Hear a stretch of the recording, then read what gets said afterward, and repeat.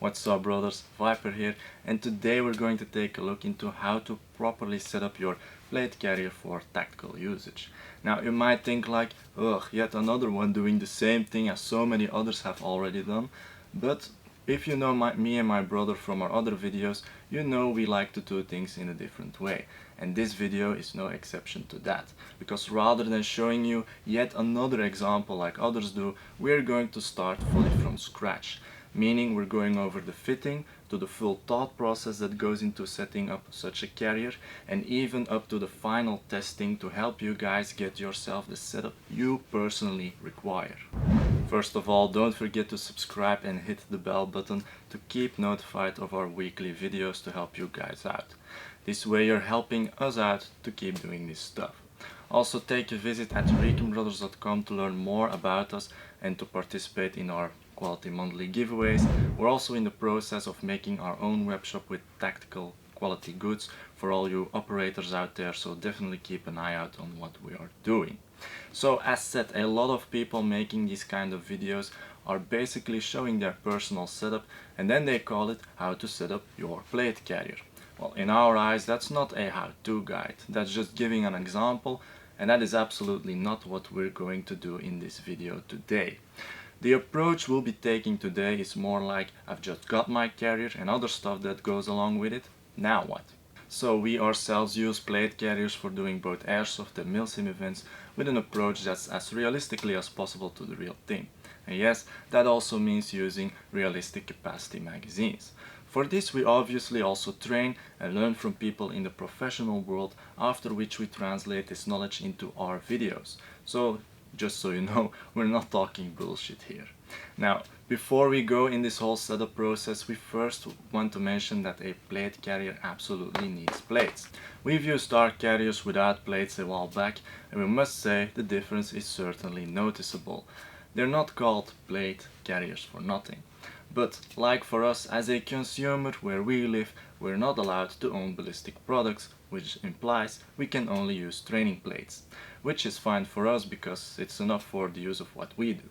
Anyway, whatever sort of plates you use, front and back plates in such carriers are definitely a must. What's not necessarily needed are side plates, so that choice is fully up to you. Only do mind, more plates bring more protection but also make you heavier and bulkier, which limits your movement capabilities.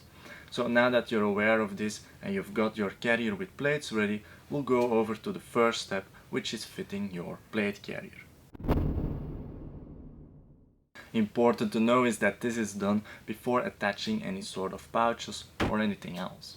Now, a carrier is designed to protect your vital organs, so if you carry one, make sure to carry it correctly, and yes, that also means if it's just for show, because it will already make a difference in comfort if it's worn correctly. So for this, the easiest way to get this fitment done is to have a buddy with you to help you out. Now, before you start to make any adjustments, make sure you have the sides taken off of your carrier. Once that's done, you're going to take your front panel and hold the top of it to about the width of 2 fingers beneath your collarbone. This ensures that the most vital organs are covered by the plate. As for the back panel, your buddy is going to set it to the same height as the front panel and adjust the shoulders until the front and back panel are both evenly leveled. Also, when doing so, make sure that the shoulders are equally adjusted so that you're not walking crooked, and mind that the shoulder pads are in the right position as well. Next, to set the side panels, you're going to velcro them on the front panel and your buddy is going to set them on the back panel. After that's done, you're going to put it to the test. In order to test your fitment, you're going to bend forwards and backwards, bend sideways, and put your arms up to feel if there's anything pinching or if there's any shift in movement of the carrier. Also, when filling up your lungs and breathing in, you should feel the carrier pushing on your body, but not in such a way that it becomes uncomfortable. If something doesn't feel correct, adjust where needed. Okay, so now that your plate carrier is set to your sizing, we can go over to the fun part, which is to make ourselves into a small walking armory. Now, before we start to cover how to set it up, there are a few things you need to be aware of. The first one is there's no such thing as the overall best setup because it depends on what you do, what you need and how you use it. Yes, you can get some ideas from other examples, but it will be rare to have it 100% the same as someone else's is. By the way, if you're looking for an example, we've made ours a while back, of which you can find the link in the description as well. It will not be up to date anymore, but it might give you some ideas. Now, the second thing you need to be aware of is that you will have to make compromises when setting up your plate carrier, meaning there will always be some things you would have liked to see differently, but that just don't seem to work out in some way. And the third thing is that you will make changes when progressing further to make it fit your needs better, because some things might interfere when using your carrier in the field or on the range, and that's also one of the reasons why training in full gear is so important, so you become aware of those issues and you can make adjustments for when it matters. Now, just so you know, we ourselves mainly do 4s-on-4s activities, and that's where our experience comes from. So that being said, we can now go over to the full setup process. For military and law enforcement, it's highly possible you need to deal with certain unit restrictions or guidelines which you will need to consider. But if you're a consumer like us, you can take in all directions you want with this. However, whatever you put on your carrier, make sure it's only stuff you really need. You don't need to fill every molly loop that's available. It will only make you more bulky and slows you down. As for us personally, we always keep 3 key things in mind, namely easy access, efficiency of movement and minimal stuff. Once our setup doesn't meet one of these 3 specifications, it's back to the drawing table and keep making adjustments until we get it right.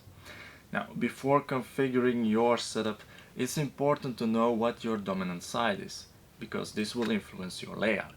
Also mind what your personal access space is, because you can easily grab stuff up to an angle of 160 degrees and it's doable but difficult up to 180 degrees, but beyond that you can't efficiently reach your stuff on your own carrier. So in order to actually configure your carrier setup, first of all need to take into account how much space is available for your pouches and all the other stuff. Once that's done, you're going to lay out your pouches on your carrier and make what we call a quick assemble. By this we mean you only attach pouches with a single molly loop. This so you can easily undo them, and believe us, it will happen that you will need to reposition them, but by doing it this way you'll save your fingers by not needing to detach and attach your pouches all over again. Once we're at the point where we've done some of the first testing in this video, we'll mention when you can fully attach everything. By the way, if you are looking for any tips regarding the molly and PAL system, you can take a look at one of our other videos, for which we will put the link in the description down below. So furthermore, when working on your configuration, bear things in mind like the conjunction with your belt if you're using one, so that there's no interference. Now, if you're in need for a belt example or want to know what sort of belt will fit you best, these are also subjects we've already covered a while back, so if you want to check those out, you can find them below together with the other links.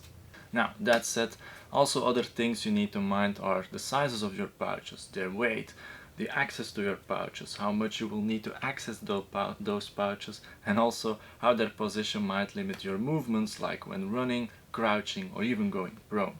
For this it's even recommended to fill your pouches to get a better idea of what works for you. Now, to give you some ideas to help you out in configuring a setup, we'll go over some thought processes that need to be considered for important parts of your setup. Let's start with the front panel first. The front panel is the part that you'll mostly interact with besides your belt. For this you'll either put things here that need to be easily accessible, especially with your non-dominant hand, or things that need some sort of visual reference. For most, that's stuff like magazines, grenades, a notebook and pen, a PTT, a smartphone case, or even a small compass. Now, a common sense amongst shooters is to keep your front panel as minimalistic as possible, because the more magazines and pouches you're stacking onto one another, the more bulkier it will get and the more uncomfortable it will be to go in a prone position. Furthermore, if you want to carry some sort of rear-mounted pouch beneath your panel, bear your movement capabilities in mind. Some don't like them because of that, and we personally suggest you to first look for other options to store your stuff before considering such a pouch. That said, a common mag count for your primary usually lays around 7 magazines. When doing so, that usually means 1 mag in the gun, 1 or 2 mags on your belt, and the other 4 or 5 on your carrier, of which most on your front panel. Now, as for which pouches need to be fast mag pouches is something people tend to discuss a lot about. When it comes to your belt, most shooters agree that that's the fastest way to grab a fresh mag. So it's definitely recommended to have some sort of fast mag pouches on your belt. As for your front panel, that's quite a different story, because you sometimes just don't want to risk losing any magazines by doing certain movements. So most use Velcro or elastic band pouches to have a secure retainment, but that gives a lack of speed for doing a reload. Now recently we've made a video about a mod to make a regular bungee retained pouch into a fast mag pouch with enough tension to securely hold your magazines. This mod works equally as good, if not even better than some fast mag pouches on the market these days, so you might want to check that out. We'll also put a link to this video in the description below. Besides that, also the orientation of your mags usually brings up quite some discussion on what's best, but it depends on factors like how you reload and what your dominant side is. Some guys even like to turn one mag in the opposite orientation than the rest to have the ability to reload with their strong side, but that's all up to you, of course. Now let's go over to the side panels of your carrier. As for the side panels of your carrier, you usually want to keep them as empty as possible, or at least as slim as possible, especially on your dominant side. This mainly has to do with the interaction of your gun's buttstock under your armpit and the drawing of your secondary. So it's recommended to use your side panels if you run out of options on your front and back panel. For most guys, the sides are meant to store medic pouches, tourniquets and radios, which we'll cover in a bit, extra magazines and grenades or utility pouches. Now that we've covered that, let's go over to the back panel. The back panel can serve you in a few ways. You either keep it empty for comfort if you have to work a lot in and around vehicles, or it can serve as an extra supply platform for your teammates and yourself. If people do carry something on their back panel, it's usually meant to carry extra magazines and grenades, a radio, medical equipment, breaching equipment, a hydration system, some sort of small MOLLE attached backpack to store stuff, or a big backpack to carry lots of equipment, usually for a few days of work. Now, when we're talking about a MOLLE attached backpack, it's best to get one that's either easy to detach or compressible. This will ensure that you can easily carry a bigger backpack if needed. So now that we've covered all the sides of your carrier, we're going to take a deeper look into a few of the more important things on your kit. Now, we're not going to cover every single small piece of your kit because that would take way too long, but what we will cover are the overall placements of your communication setup, medical equipment and the conjunction of your kit together with your gun sling. Medical equipment is not as critically important for what we do as it is for the use in the real steel shooting world, although a medical kit can always come in handy. Anyway, the first medical tool that's important for any real steel shooter is obviously a tourniquet. Usually 1 up to 4 tourniquets are carried by one single person. This means always at least one for yourself, but in some cases also an extra one for another person. Or for the extreme scenarios, you'll carry one for each limb, which will bring the total up to 4. Tourniquets are usually strapped on the shoulder, on the belt, put inside a medic pouch or an IFAK. They can also be put in a tourniquet pouch or even on the buttstock of your gun. Furthermore, the second thing that should be worn is an IFAK or individual first aid kit, which is usually placed where you can reach it by yourself, so somewhere on your belt or along the 180-degree area of your carrier where we've talked about earlier. Now, besides the IFAK, there's also a medic kit that can be worn by yourself so that a medic can use it on you. If there's not a lot of space left, it's best positioned somewhere you don't need to reach for yourself, so on your back panel or on the back of the side panels of your carrier. So now that we've covered that, we'll go over to the communication setup. For your communications there are a few possibilities. Namely, you can use just a radio on its own, or a radio with external PTT and some sort of headset or microphone setup. This last one can also exist in a dual setup as well. Now, a general rule is to preferably use your non-dominant hand for the use of your communication systems. This so you can always keep a hold on your weapon system with your dominant side. So as for the use of a radio on its own, it's best to place it somewhere on your shoulder or on the front of your carrier as closely as possible to your mount for speaking. As for with the use of a PTT, you have two options. Namely, your radio must either be reachable to change your frequencies and other stuff, or non-reachable. In case you need to reach it, you best place your radio up front on your side panel. If not, you can put it somewhere on your back panel or on the back side on one of your side panels. Of course, the PTT itself can also best be placed on your non-dominant side, somewhere on the upper part of your front panel.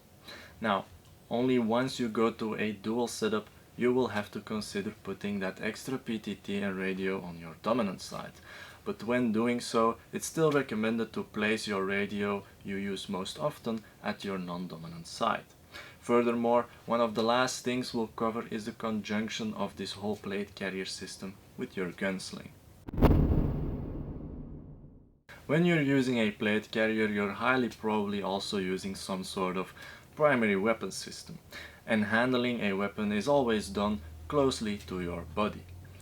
So the interaction of both your gun and sling with your plate carrier is a very important issue to think about. This way you don't get stuck and don't look stupid when doing serious stuff. By the way, there are many different sling systems and also different ways to mount one to your gun. If you've got no clue for what sort of sling to get and what possibilities and disadvantages they each provide, we've already covered that in other videos in the past. We'll put the link below for if you're interested in this.